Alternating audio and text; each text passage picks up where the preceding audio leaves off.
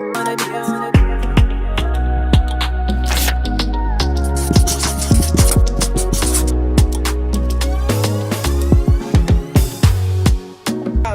here since after four. I'm here, and the queue is not moving. And they tell us they want to sell. I'm here since after 4, 10 minutes after 4. I reach here. 4 in the morning. In the morning. After 4. The situation in Nigeria today is completely unbearable. Citizens are facing a time that they haven't seen in a very long time. Today on the discussion, we're going to be talking about the effects of this fuel scarcity here in Nigeria.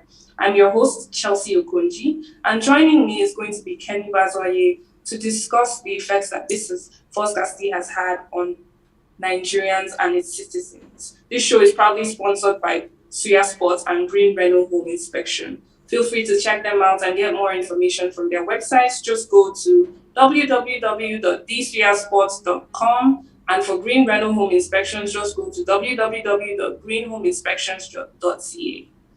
Now, Kenny Bazwaye, welcome to the show. Welcome to the discussion. Thank you for having me. It's always a pleasure to join you. Awesome. As you can see, the situation in Nigeria is completely unbearable. We've had a fuel scarcity situation for about over a week now, intense fuel scarcity, where to find even a few liters of fuel has become very difficult for the citizens. I'm not sure if you've been keeping up with the news and seeing what has been going on with us here, but I'm sure you can tell that people are more aggravated than they usually are, and the country is complaining more than usual. Now, what do you think about this situation so far? Well, when it comes to the fuel scarcity, and what is happening in Nigeria today, my answer will be what's new. It's not new. The people there have been in a perpetual mood or state of suffering, in my own opinion. And yes, one may argue that it has intensified, but the question is what's new. I understand where you're coming from in the sense that there has been a long suffering stigma associated with this country. But in the days that I've been here and what I've seen, it's been intensified, like you said. I've never seen a fuel scarcity where people will have to sleep over at the fuel stations, so just to see if they find what is fuel. happening in Nigeria. It varies on various levels. Some people can hoard, meaning that this fuel. Now, the initial problem that we have was, how can the country say they have a fuel that is diluted? Number one, that was the problem they said they had. First of all, that's negligent. That's the people responsible for that are not. What is going on with NAPC? Apart from the resources that is wasted, how can it be that a country have a fuel that is diluted? Number one. Number two, a country that is an oil natural resource country, first of all, cannot refine its own fuel. So there have been talks, alluding to the fact that, of course, we're an oil producing company, we should be able to refine our own fuel. I know that there are factories that are working on this, like Dangote is working on this. That's not to give an excuse for what the country is facing right now. Because like you said, we should be able to produce and refine our own fuel. We shouldn't even be in this situation where we are waiting on external fuel, let alone having diluted fuel coming to the country for any reason whatsoever. So the point I'm driving at, Chelsea, is this is man-made. The problem, the catastrophe we have in Nigeria, in my own opinion, is man-made. And we're not going to be able to solve it until we solve our own self, like as human beings, like as Nigerians, see that we are the problem of Nigerians are Nigerians. How can you tell me, first of all, you just mentioned that Dangote is working on some project and so on, but look at it overall. this is a pattern that has happened with different presidency, and it's not even presidency alone. All levels of human being in Nigeria, the problem is our problem. From the distributors, the dealers, from the sellers, the one that sell it like in retail. There's problem everywhere. So if you look at it overall, who are we going to blame? Are we going to blame the government, or exclusively, or are we going to blame the dealers? Are we going to blame those ones that are retailing it? We even have black markets. So again, we all should sit down in reality and look at ourselves as one of the problem. So I understand where you're coming from, and I understand the notion that there is enough blame to pass down to everyone. But in this case, it seems like the level of corruption is trickling down from the top to the bottom.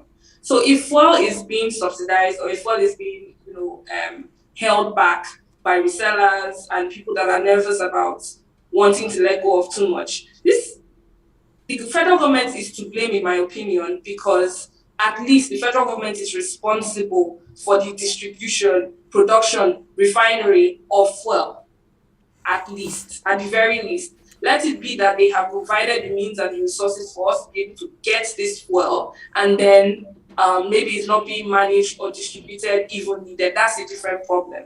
This is a direct quote from NNPC Group Managing Director Malam Neyi Kiari.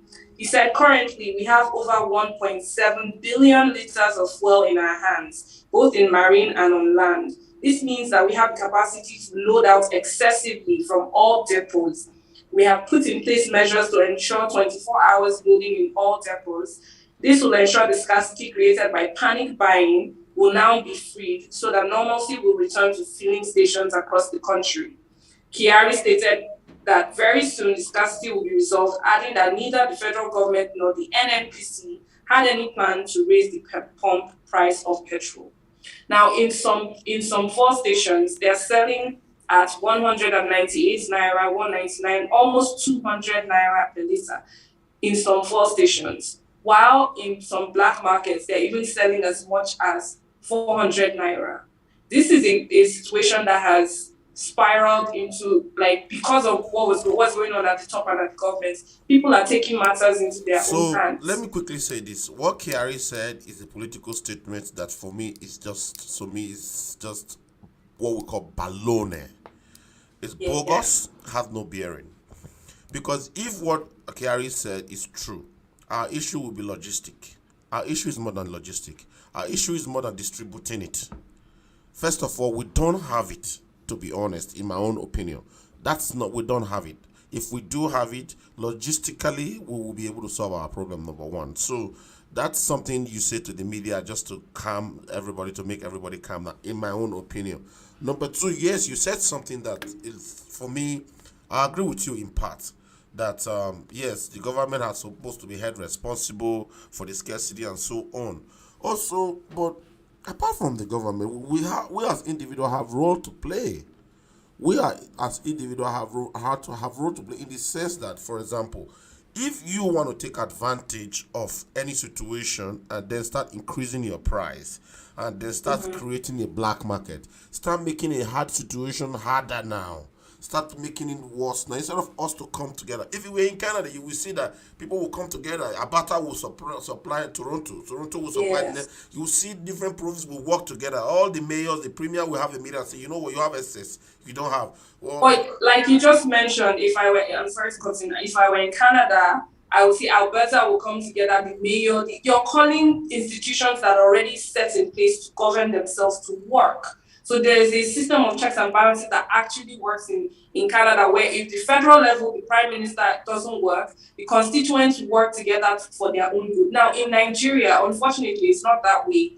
All of the leading parties, all the leading constituencies have the same system of operation. No one is operating under a system of unity or checks and balances or in the interest of the people. Now, when the government is actively creating ways to, quote unquote, frustrate Nigerians, I feel that citizens have taken matters into their own hands. I mean, look at this clip of the fuel station in Jakonde. This is the mobile fuel station in Jakande, and this was just one morning showing how many people how to have to cluster, how to clamor, have to fight essentially to be able to get fuel. And there even the next clip shows like a long line of drivers who have been there for almost 6 hours. Some people slept over on this line trying to get fuel. Now, the only reason why I'm combating what you're saying is when you've been oppressed and pushed to the limits, people try to find a way in which they can survive. People try to find a way in which they can make the best situation out of what they have.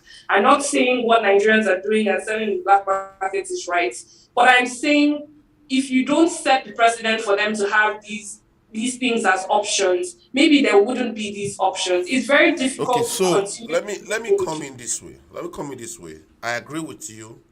I'm only trying to be the devil's advocate, but let me throw more light to this. There's the law of demand and supply, which the Right. marketer has mastered. So what they do in situations like this, they now make the supply scarce, so that the demand will be higher than the supply, and the price of the commodity will go We'll go higher. off. So Yes. the little fuel we have in the country right now are in the hands of few people. A lot of them are in the hands of few people. I mean a lot, massive. And what they do is they sell it bit by bit so that they can control the market and drive the price until the government starts to come in. So on the level of supply and knowing all this, yes, the government is to be blamed. But on the other hand, too, once we already have that situation on hand, we are to be blamed that we cannot manage it and be kind enough because of our gains. We know that a lot of us are in business for profit, but sometimes emotion outweigh logic. If we are able to put them in and say, you know what, I own these thousands of barrels in my possession. I can distribute it to other partners to sell in Delta State in Benin so we can manage before we get another supply. Instead of me holding all of them now, drawing bit by bit. That's number one. Number two, you must also understand that there are a lot of people that are actually supplying those fuel in Nigeria as we speak. Many of them don't even have a gas station. They just own the business name. They have the license to do it, but they don't own gas stations. So for them, it's a business. It's strictly business. So you find out that those people that even have the gas stations are buying from people that don't even have a clue of what is happening on the grassroots. They just have the business name, the connection with the government to buy or to supply or to deliver in a large sum. So when you are talking about even the subsidy during the time of Jonathan, when we were talking about the fuel subsidy, that came up and said, even if you apply the fuel subsidy, it's not going to trickle down because the people in the middle that will hoard it. So the big challenge we have here is on both sides, even on the three dimension, from the government, the supplier, and the consumers. The habit of consumers in Nigeria is madness. I'll tell you why I said it's madness. Okay, for example, now when let's take Toronto, Canada, for example, COVID came. Even as little as toilet paper was sold out. So what did the government did? What did the store did? The store said each family cannot buy more than one or two. So you bring Started your regulating it. cards, you bring your card in, you buy one for your family, so that the next family will have to buy. Now, if you want to play trick, it's up to you not to go and stand in line three times and say, okay, let me come in and out three times, which a lot of people were not willing to do. So that helps. So we also have to take some levels into our hand to control it since the government has failed. Because two wrongs, Jesse, cannot make it right. So I agree with you. I'm not saying there isn't any blame to be placed on us as individuals, or there is nothing that we can do. There are some stations that also try to regulate the fuel, saying that you can only buy a certain amount per car, a certain amount of liter per car, and that didn't go too well with so many people. Now the thing is, fuel consumption in this country is so high. It not only spans across to our cars, it also goes to the light situation, electricity, running of businesses, generator, which is a massive source of income and a source of livelihood for Nigerians. So oftentimes people need to buy more than what they need for just their car or transportation. And even for transportation, it's very high because of the traffic situation. But I completely agree with you in the sense that there is enough blame to go around. And if we really want to turn this country around, we'd have to start looking inward and start doing better by ourselves.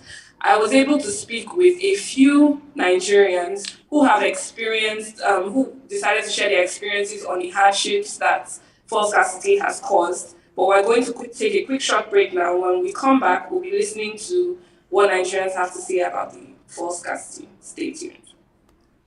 Serving and satisfying your suya needs from multiple locations across the GTA, including Scarborough, downtown Toronto, North York, Woodbridge, and Mississauga. Also located in Winnipeg, Manitoba. Visit any location today or stay home and order through DoorDash, Uber Eats, and Skip the Dishes. For more information, check out our website at www.thesuyaspot.com or call the toll-free line at +1 866 448 7892. The Suya Spot. You built it, now use it. Vous l'avez construit, utilisez.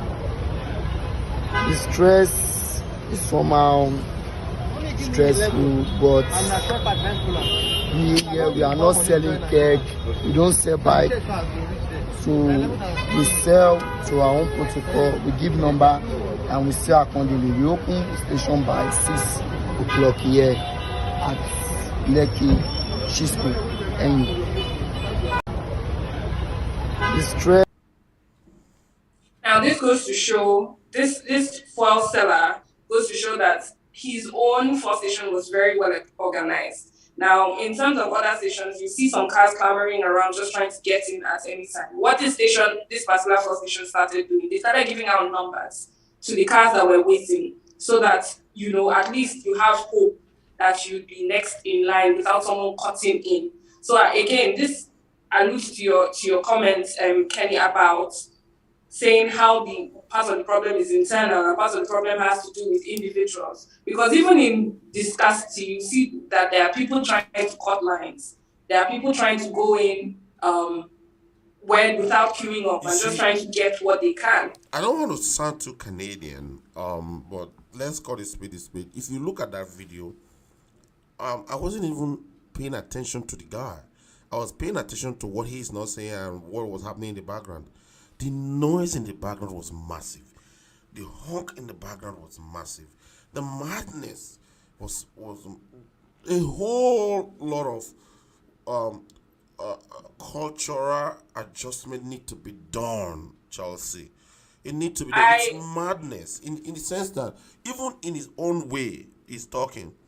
I can guarantee that a lot of people will come there and fight him for that process they have put in place. Yes. So if you're referring to the culture of things back here in Nigeria and how honking and the all types of display of, like you say, madness, that's something that is born out of frustration. The Canadian government isn't frustrating its citizens to the point where they decide to go out on the streets and protest, except when, just recently, we could see that truck drivers in Canada decided to protest all the way to Ottawa, from the Ambassador Bridge of Windsor all the way to Ottawa. You could see that even that in itself was an organized outcry of one issue. So now in Nigeria, most citizens here are so frustrated that you keep piling on frustration upon frustration. It's almost as if our complaints are falling on deaf ears when it comes to the government. So do you believe, Chelsea, between me and you, do you believe that the problem of Nigeria are Nigerians? I believe to a large extent that the problem has to do with our leadership and the systems that are not put in place. I believe Nigerians will conform to a good leadership system and to a good societal economic system that works. If we have systems in place that can check and uphold certain laws and rules, I believe Nigerians will conform. Okay, so let's digress a little bit now. I agree with you in part. I really do. But everything has a beginning and everything has an end. So for us to have a government that can enforce or make laws and enforce those laws, which it seems you are referring to, that we will follow if we are able to put things in place, get rules and regulations. For us to get those people have to be elected to the office. For those people to be elected, it has to be the same hands of Nigerians that will elect them. So it's like a virtuous circle. Yes. The populace in Nigerians, many of us have to wake up and understand that we are running a rat race. So we are moving, but we are not really progressive. We are not moving. So the power is in their hand. 2023 is coming. Presidential election. Everybody's getting up. People are already sharing sardine, rice, bread in their name with and so on. And then if you don't want a fuel scarcity 2024, this is the time you make the decision. So I agree with you. This is a completely different conversation because now we can see that even though it hasn't been apparent as it should be, Nigerians are now waking up to the fact that these politicians that we have in power are regressing the country instead of moving forward. There has been, the EndSARS process will tell you that even the youth are awake now. Even the layman that has been sleeping is now awake, knowing that these people are going to come and promise heaven and earth in their manifestos and not deliver. Now, what we are pushing for at this point, between now and next year, at least, is for everyone to get registered with their PVC, to get their voter's card, and to go out and vote. People are just waking up to the idea and to the notion that the power is literally in the hands of the citizens. I can understand why the older generation was cowed towards this, because it was almost as if you go out and you vote, but they will still rig the election in favor of whoever they want it to be. But now there is strength in numbers. People are waking up, people are speaking out, people are questioning. So I believe that the next election is going to be very different from anything that we have, witnessed so far. So let me chime this in. Do not think that what you are saying now is different from the fuel issue. They all interlope.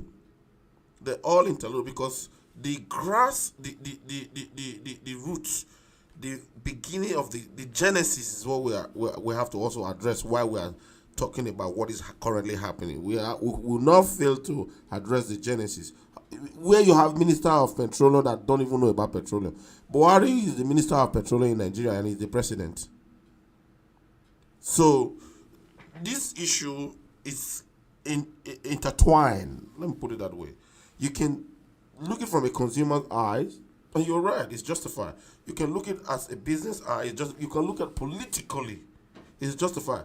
Now, Buhari can tell you that, this is happening because the opposition wants to make me to look bad, they are the one trying to discourage and making this work, this wrong, and so on and so forth. Everybody have excuse. So knowing that everybody have excuse, let's put that aside. Let's start taking responsibility. This is why I personally, and I agree with you in part, not 100%. I agree with you in part because I think that the problem of us is us. Our problem now we be the problem.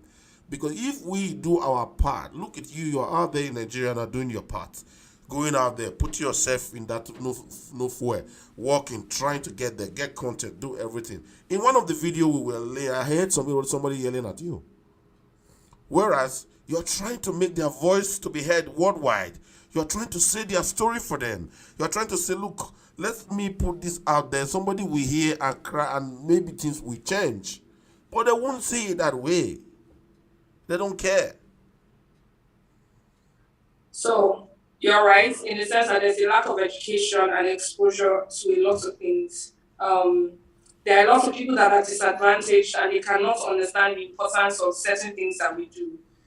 Sometimes you might try to do good for citizens and they may think you're working against them. That's because there isn't enough education and exposure for even the layman in Nigeria to understand the importance of things like media, the importance of things like putting your voice out there, the importance of things like being heard. In this video, if you hear the audio, one of the people there was, saying, don't record, what are you doing, what are you doing? You don't know the experience he has had with anybody that was recording. He didn't know that I was trying to bring awareness to this situation. But that being said, even that aside, I feel like at least it's not a completely hopeless situation. There is still hope moving forward. Citizens are waking up to the realization that we have to take matters into our own hands by going out to vote. But let me quickly digress. You are correct. We are waking up, but just let us be very conscious and let's be mindful of also people waking up and moving the goalpost. I'll tell you how that is. Let's digress a little bit. Now we have been clamoring, we want the youth, we want the youth. The elite and the political elite, the political class are also understand that they are getting old, they are dying. So now they are also placing their own youth that they have brainwashed, they have trained to follow their side. So it means, in other words, that the goalpost is being moved.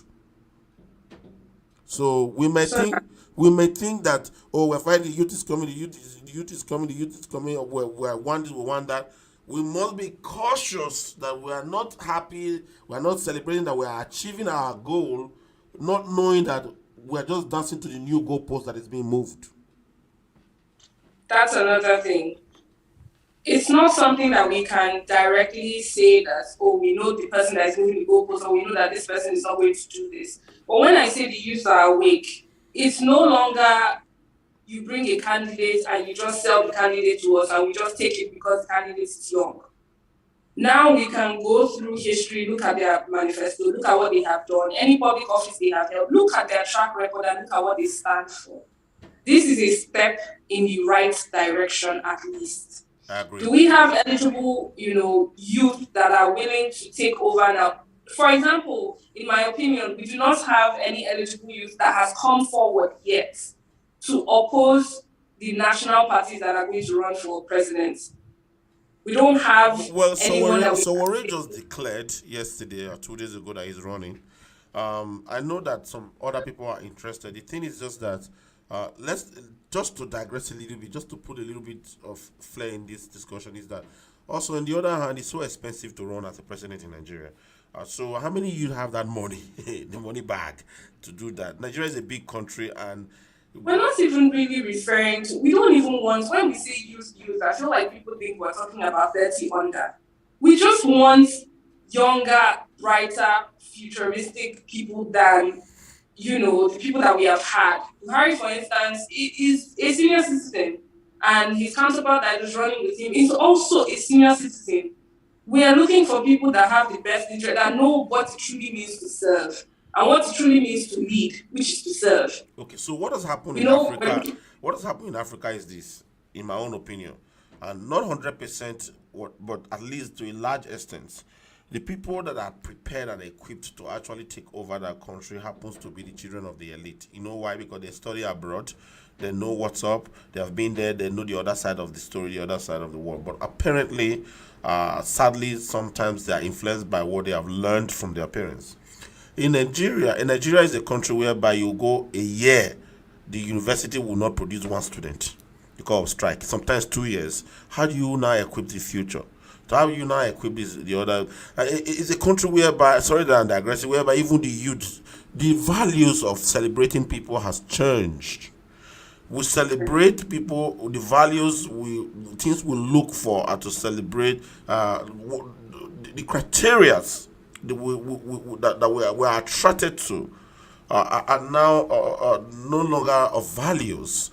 So the first thing that we have to start doing, just like you mentioned at the beginning, is education. By education, not only in the classroom, because apparently the school system has failed us. So we will end up the new generation, whether you like it or not, the son of Buhari, the son of OBJ, the son of Babangida, all their sons are going to come back home and rule us because they are the one that actually went to the school when your school was on strike. So in that case, we would have to keep voting as citizens and vote for the best candidate possible that we can see, even if it's the son of Buhari or the son of Babangida, if they have the best interest of the country at heart, if they actually do the work, if they actually implement change and move the country forward, then we still do have hope. So see my approach. My approach is not top to bottom, bottom to top. That's my approach. So we know that the politicians, they are the lawmakers, they enforce and so on. You expect them to do the right thing, so it trickles down. Since that is not working, let's do it bottom to top. In the sense that you do your little part in your own little gas station, talking about this topic. Make sure, like you said, one car must buy this 10 naira on, the next car will still buy, everybody stay in line. Let's start it from that way, and then it may help above. Other than that, if we are looking for from top to bottom, the top is already corroded and polluted. You know what I mean? This is a country where you pad budget. You pad. Have you ever heard about that? I was talking to a politician from Imo State the other day that works for the Imo State governor, Hope Uzodinma, and they were talking about mobilization, demobilization. I'm like, wait a minute, I've never heard that word in Canada politics. In America, mobilization, demobilization. Like, what does that mean? Mobilization, who are you mobilizing? Demobilization, what is that? So the terminology, the vocabulary, the way we approach things, the way we see things have to completely change. What is demobilization? So the point I'm driving, and not to stress it too much, is that when we do bottom to top, in my own opinion, this is just my opinion, we may get results. Since we have been doing top to bottom and it's not working, we may get results. Police officer that pull you over, for example, it's not Buhari that pull you over. If police pull you over now, not be Buhari, not be governor. Now, police officer decide to pull you over and reflect his hunger on you and say, you know what, my children never eat. Now you go pay for my children to eat today by you just driving, and because you drive and you on AC, for example, you were saying you were talking before we go on air. Before we came on air, that the lady was pulled over by a car because he's driving on AC where there's no gas, not being car. But the truth is that it was an excuse, in my own submissive opinion, to exploit that lady. But that's not the governor doing that. That's not the mayor. That's not the prime minister doing that. It's not the president doing it. It's that police officer. So bottom to top will work, in my opinion. I understand what you're saying, and I do agree in part that we all do have our own parts to play. We have to change as individuals and decide to make a change when we can, where we can. Unfortunately, the government hasn't started implementing the kind of change that we want to see, so we can be the change we want to see. The next videos show just other people who have also been affected by fuel scarcity, business owners and drivers who have just been affected, and they show the reactions of how this has affected them. We can't even say about it. Why? Because even if you want to take a bus to where you are working, it's very difficult for you to see a bus, and even the transportation fee is not really easy. Some of us will be taking a bus that we are taking 200 naira, but now they have to turn it to 600 naira, 700 naira. 600. Yes. From Ajah to this Jakonde now, it's 600, and then we are taking the bus for 200 naira. Wow. We don't know where we are going to in this country. We just pray that, well, God will touch the government's heart, which is our leaders, to do something right, so everything can be okay for every individual. All right. Thank you so much. I'm here since after 4. After 4, I'm here, and the queue is not moving. And they tell us they want to sell. I'm here since after 4, 10 minutes after 4 I reach here. 4 in the morning. In the morning. After 4. Well, fuel scarcity is affecting basically everything, because we need direct current to run most of the things when we don't have the lights, the alternating current. So yeah, big companies like this use diesel most of the times, and the fuel scarcity actually affects us because there's a low amount of diesel for us to use to power up our generators. In the same way, power up all our appliances and everything. So yeah, it affects us. Well, so what we can see here is just a very small glimpse of the demographic of Nigerians that are being affected by this fuel scarcity. According to you, Kenny, we should start from the ground up to try and build back up the nation, because all of this is intertwined, whether it's politics, the economy, it's all the same thing, basically. So let me say something here. There's what we call markup. When you're doing business, there's what we call markup. So if, according to that gentleman that you were interviewing, there was $200 on the regular price, there's fuel scarcity from 200, now you now change it to 600.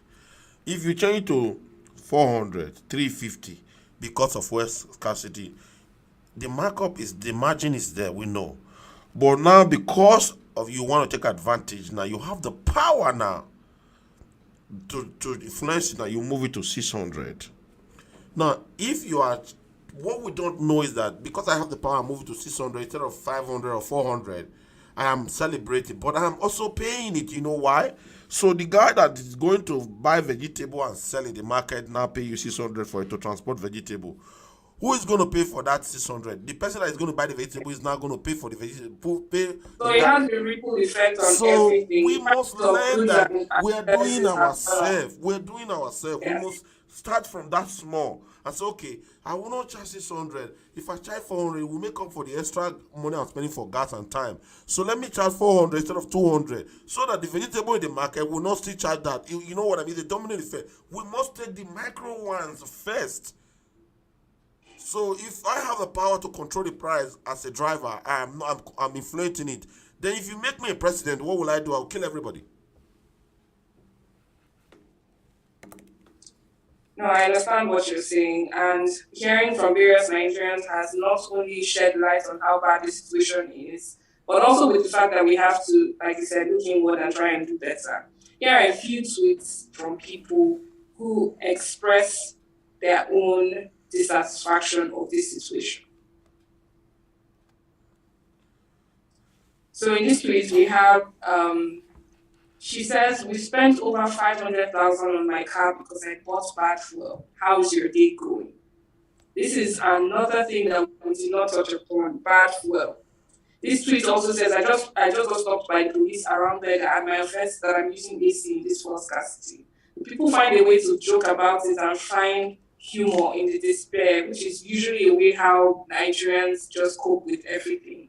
And lastly, this tweet says, I spoke with a friend in Lagos last night and I never felt so bad.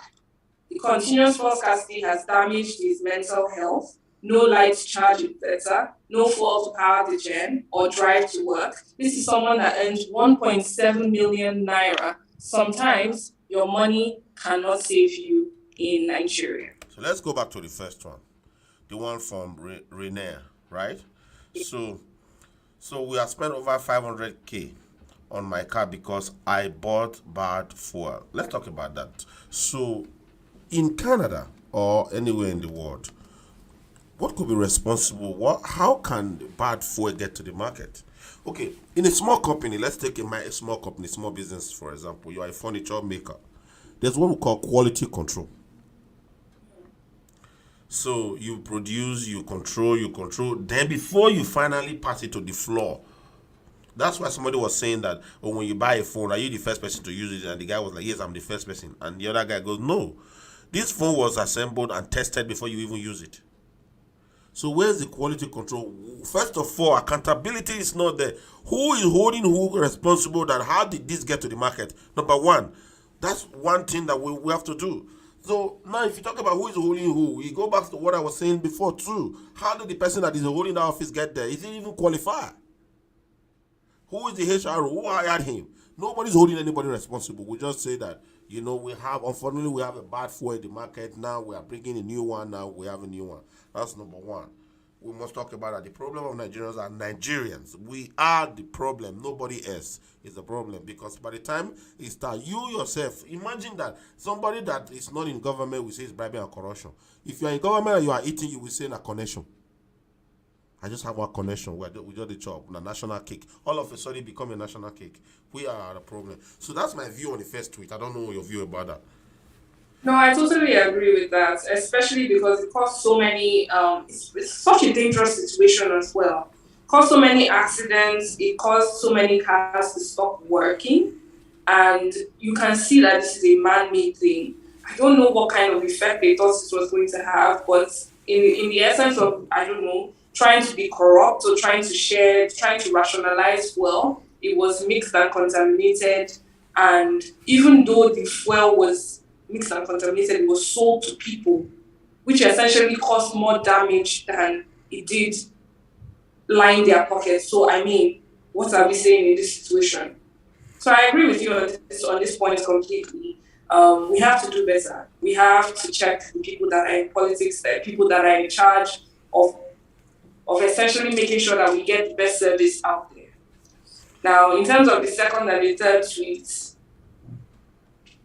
I would say this is just another way in which Nigerians have learned to deal with disappointment, humor. Wait, Because I mean, hold on. You see, that's the problem. In America, before George Floyd died, there was a whole rising. The black Americans, most especially the comedians, what they do, we take our matters as comedy. And that's wrong in my own opinion. It's so wrong in all fronts. Human, taking serious matters in a human way, like it's trending in Nigeria right now, everybody's making joke, mock news and all this. It's not supposed to be so. Because it trivializes the situation. It trivializes it. When you think you are, yes, mentally you are helping yourself, you don't want to take it serious, you don't want to get depressed. Take it serious and get depressed so that we can get solution. Because for me, in my own opinion, until after George Floyd, if you look at it, that's why it's now declining even in the States. They are no longer using it as jokes. These are serious matters that we cannot take for granted and we cannot trivialize it. In my own opinion, by doing so, you are trivializing it and you are making it worse for others. so I agree with you in part. I agree that it should be taken seriously. However, people here have been oppressed on multiple counts, and multiple situations. If they keep taking things as seriously without having an outlet to actually let things go, the chaos you were complaining about at first is what you continue to see. The chaos you were complaining about My in the first problem station, here, like Chelsea, people if I can interrupt, honking, you see people going, the outlet is expressing the their problem. anger and The frustration. outlet is the problem, Chelsea. The outlet they choose is the problem. Choose the outlet of when it's time to vote, like you just said, wake up and vote right. Choose the outlet to say no. Choose the outlet to make some certain decision. Take the outlet of long suffering. Why? In this very next tweet, like you say now, when this person said I was just stopped by police, the policeman doesn't want to do long suffering. He's tired of suffering, he's tired of hunger. He wants somebody to just pay his bill. He wants to transfer the aggression to the next person. But if you actually remember and say, okay, this person I'm molesting now could be a wife to somebody else, cousin to call somebody that I know, this person I'm trying to extort. So we must make that the outlet is not in comedy. The outlet is long suffering, endurance. So in this case, the person that is portraying it as comedy is the victim in this case, not the policeman. The policeman is the one that did the harassment. The person that tweeted this was the victim in this case that was stopped. Now, instead of him to be frustrated and go and lash out, he decided his way of letting go of what happened is by tweeting about it in a comedic way. That's where I have That you problem. cannot fault One people part for. of it, That you cannot fault people for. but one part of That's it his is, way of letting it go. but No one says that. You don't know that this person is not going to go and vote. You don't know that he's not going to go and do something about it. But the fact that he has tweeted about it means he's letting it go. This is his way of shedding light on a rather dire situation. And you can't take away people's freedom of speech. I agree. Yes, it should not be trivialized in general. But people have to have an expression, a way to express themselves, especially in the midst of all that is going on. I think if you look at it from this dissemination of information angle, I agree with you. But if you look at it in the other way, you may be very careful not to trivialize the gravity and the impact of it. That's where I'm coming from. Yes, if it wasn't Twitter, we would not be talking about it today. So it's another way of disseminating information and public awareness. I agree 1,000,000% on that. We must be very careful of the undertone. The undertone could be trivializing this, it could be making it as a joke, and so on and so forth. I just believe that there are so many things. I agree also that if you are perpetually under pressure and you are maltreated on a constant basis, you find an outlet so that you will not go depressed. I agree with that. However, we must be mindful and we must be conscious of every move we are making, most especially when you want to implement change, you want to enforce change, because it can be translated as a joke. So we agree to disagree on this particular notion. But with that being said, I'd like to say thank you again, Mr. Kenny Bazwaye, for joining this show. This has been a very enlightening conversation about the effects of fuel scarcity in Nigeria, especially here in Lagos. And I'd like to say thank you for coming. I'd also like to thank all our viewers and our sponsors for this show. I hope you have had a wonderful time and I hope you have enjoyed the show. Feel free to leave your comments down below. Feel free to continue to subscribe, follow us on all social media platforms. Across all platforms, we are GBKM Network, and continue to support the discussion as well. I'm your host, Chelsea Ukonji, and see you next week, same time, same place.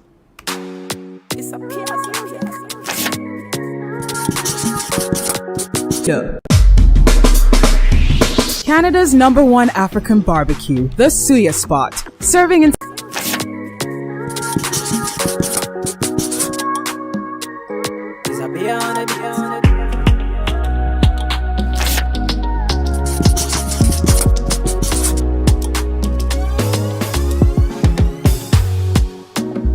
I'm here since after 4. After 4, I'm here. And the queue is not moving. And they tell us they want to sell. I'm here since after 4, 10 minutes after 4 I reach here. 4 in the morning. In the morning. After 4. The situation in Nigeria today is completely unbearable. Citizens are facing a time that they haven't seen in a very long time. Today on the discussion, we're going to be talking about the effects of this fuel scarcity here in Nigeria. I'm your host, Chelsea Okonji, and joining me is going to be Kenny Bazwaye to discuss the effects that fuel scarcity has had on Nigerians and its citizens. This show is proudly sponsored by Suya Sports and Green Reno Home Inspection. Feel free to check them out and get more information from their websites. Just go to www.thsuyasports.com. And for Green Reno Home Inspections, just go to www.greenhomeinspections.ca. Now, Kenny Bazwaye, welcome to the show. Welcome to the discussion. Thank you for having me. It's always a pleasure to join you. Awesome. As you can see, the situation in Nigeria is completely unbearable. We've had a fuel scarcity situation for about over a week now. Intense fuel scarcity, where to find even a few liters of fuel has become very difficult for the citizens. I'm not sure if you've been keeping up with the news and seeing what has been going on with us here, but I'm sure you can tell that people are more aggravated than they usually are.